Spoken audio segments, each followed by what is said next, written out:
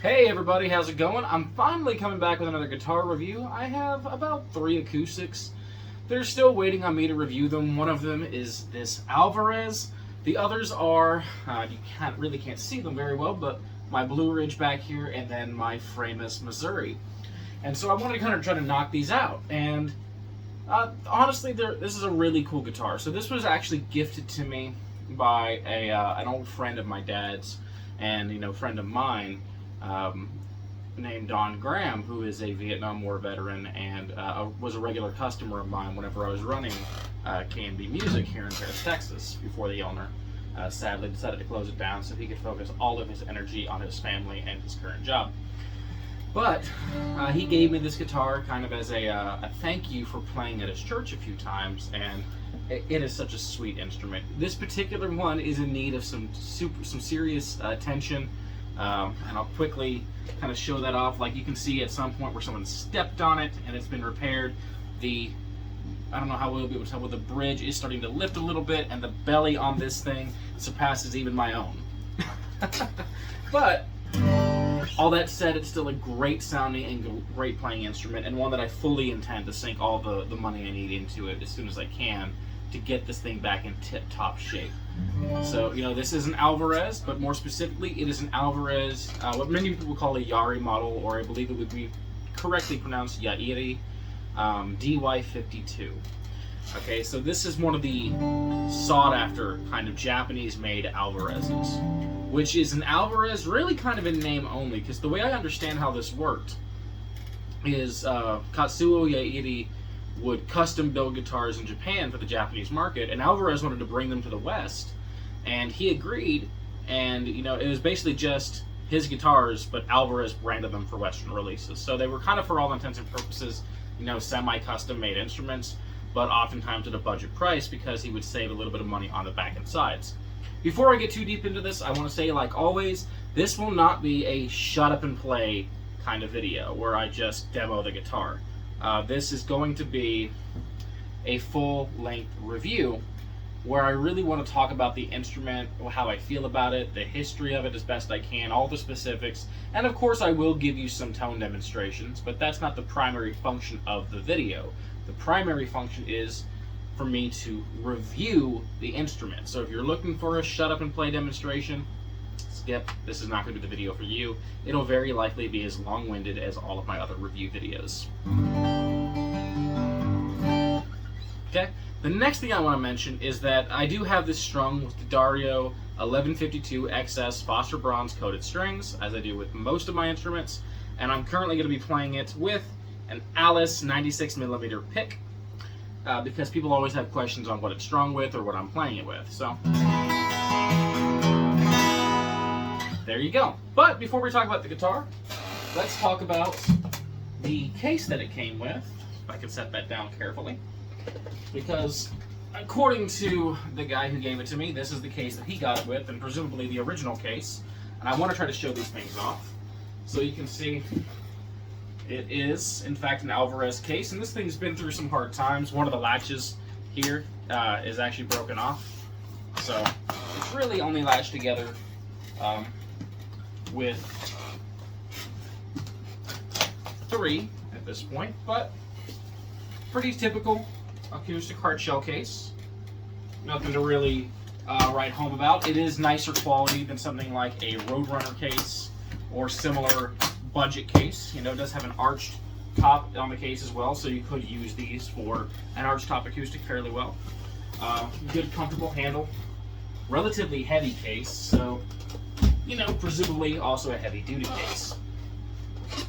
So, wanted to kind of show that off briefly because if the guitar comes with the case, and I happen to have the case, I want to try to show it. So there is that.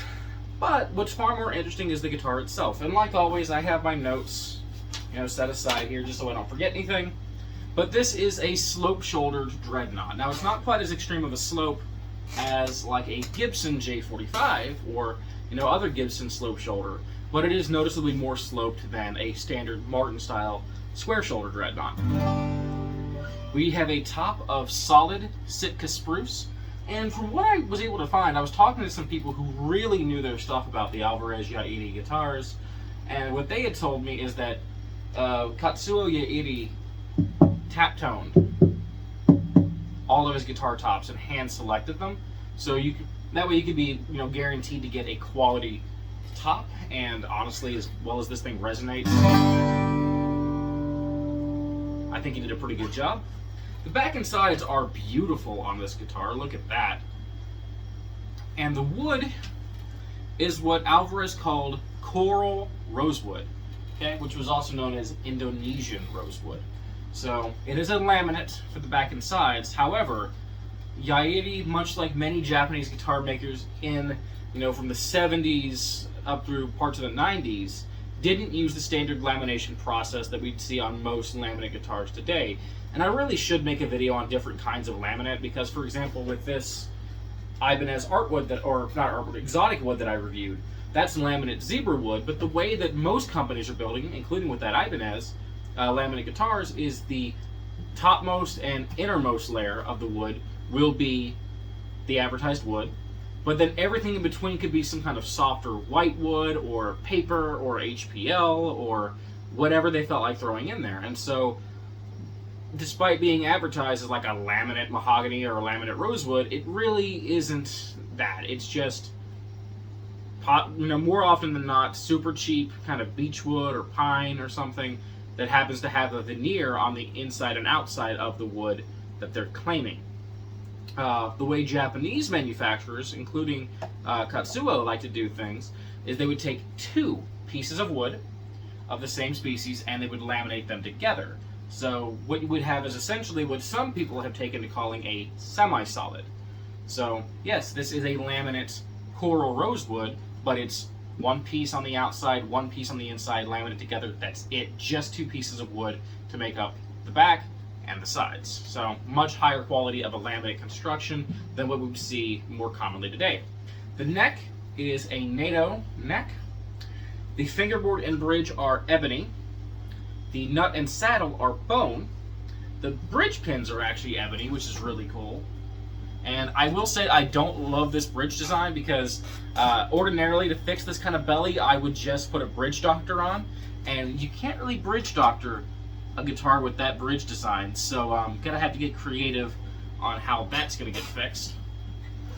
We do have Alvarez branded tuners, which, doing my research, were made by Gotohs. No surprise, quality Japanese tuners, and this thing does hold tune really nicely, and these tuners work beautifully. They're very smooth, and they don't slip.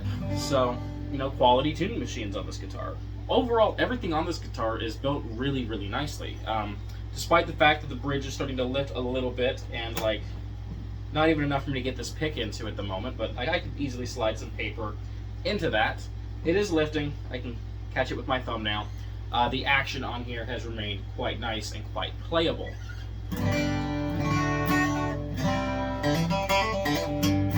Now that'll obviously change as time goes on, because as that pulls off more and more and more, it's going to, even though the strings aren't going through the bridge on this particular guitar, it's going to lift up more, and that's going to pull the string height up as the saddle moves, so it does need to be addressed.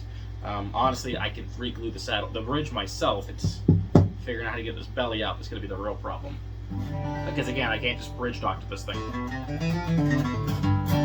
But whether or not that's a fault of the bridge design or not is really up for debate. I've seen bridges fail on so many guitars. When I was running the store, I had to re-glue bridges on Martins, a Gibson, and even one Taylor. And actually, I really hated messing with the way Taylor fixed their bridges. So, you know, it happens. It happens on pretty much anything you could imagine. So I don't really know if I can fault it. I will say, I think this separate plate for the strings to go into, I do find that to be an inferior design, just because it's harder to repair if something does go wrong. So I'm not a fan of that. That said, the neck on this thing is extremely comfortable. Just a very, very comfortable and very, very kind of fast neck.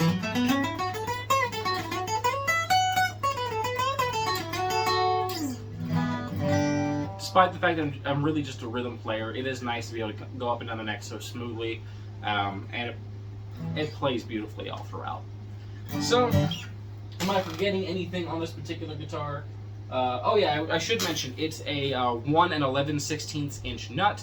and a 25.5-inch scale length, I believe. A 25.4-inch scale length. So all pretty standard for a Dreadnought acoustic guitar.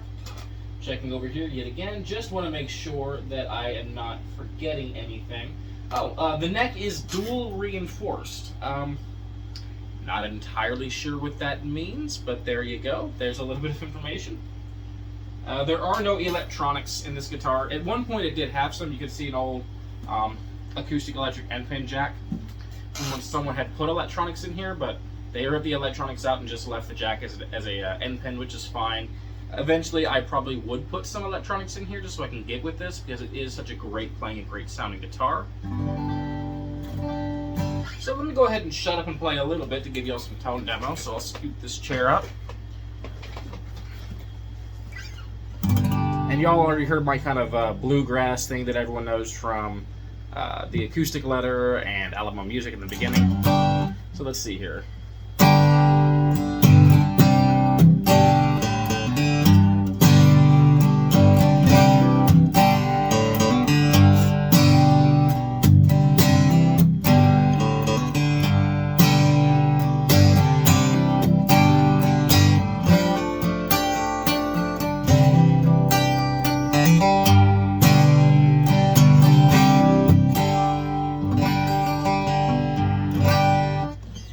Here I can show you that beautiful rosette.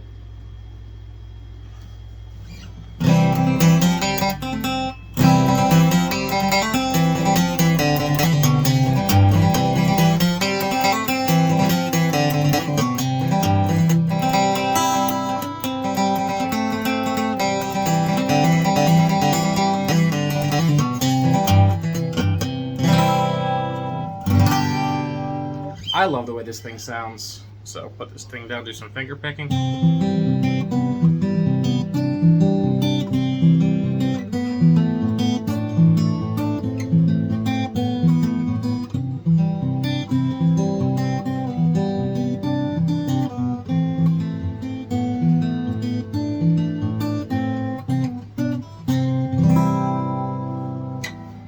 Let y'all quickly see those beautiful mother of pearl dot inlay, and then that custom inlay at the 12th.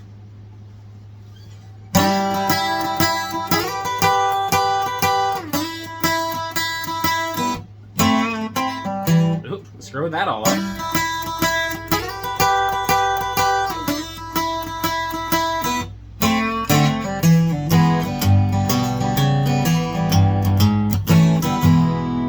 My very poor attempt at a bluesy kind of thing. I'm really not the greatest player, everybody. Not by a country mile.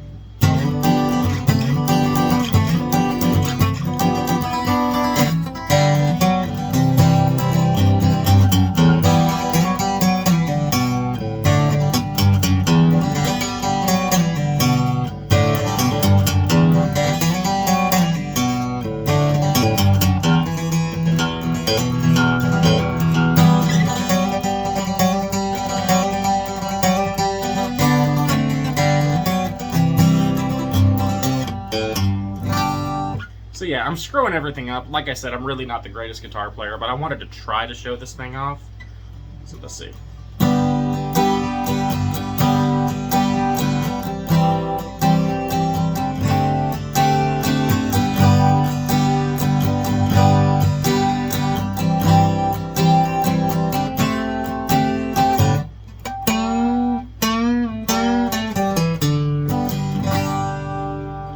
Anyhow,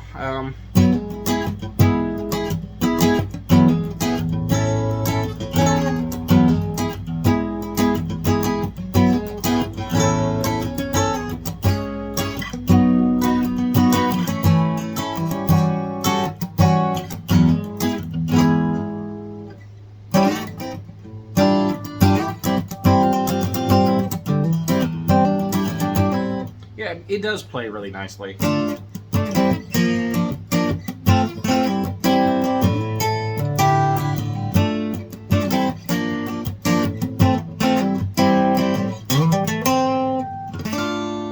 Anyhow, I'll stop boring y'all with my terrible acoustic skills. I am just a simple country rhythm player at the end of the day, and that is what I do best and what I should probably stick to, you know.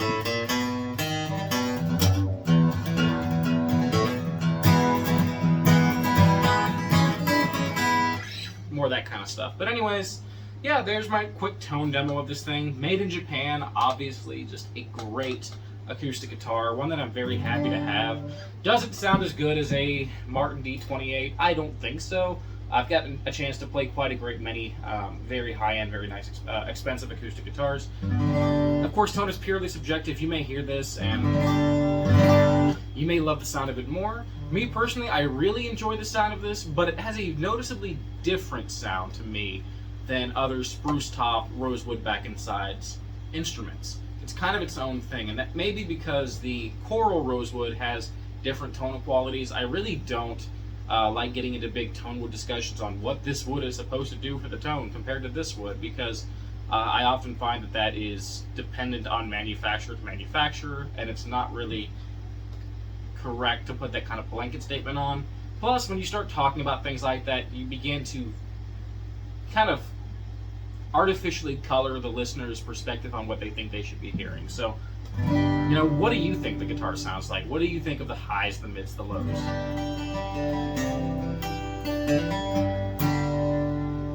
Me personally, I think it's a great sounding guitar, and I think it works really, really well for that kind of country, western type of song.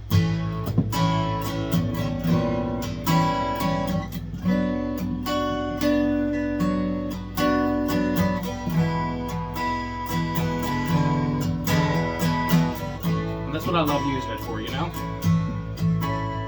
Blaming all my rules, I showed up in boots and ruined your black tie affair. The last one to know, I was the last one to show, I was the last one you thought you'd see there. I think that's what it really lends itself to in my use. Of course, it'd probably be a great bluegrass guitar if I was nearly a good enough picker to play bluegrass.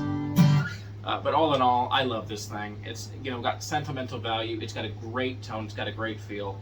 And I don't ever see myself letting this thing go, except possibly to a better tech guy than myself, because I'm not really sure how I'm going to, you know, fix the belly issue on this thing.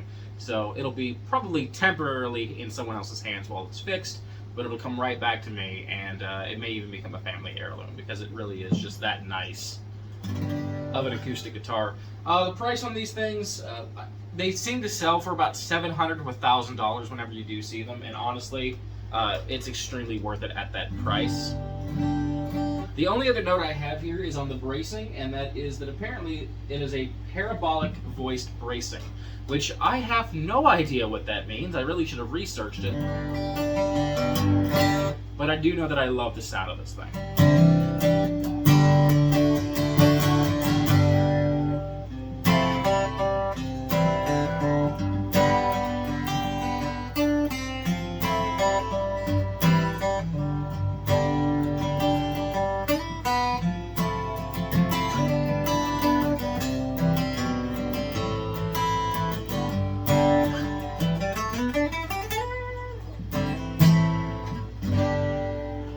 So yeah, that was my review on the Alvarez Yairi DY-52 slope shoulder Dreadnought guitar.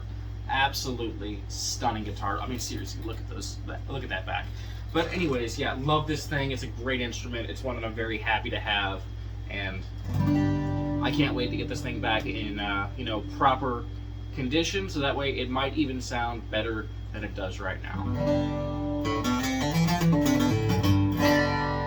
So yeah, hope you all enjoyed the video. I hope you enjoy the rest of your day, and until next time, I will see you later. Peace. Take care.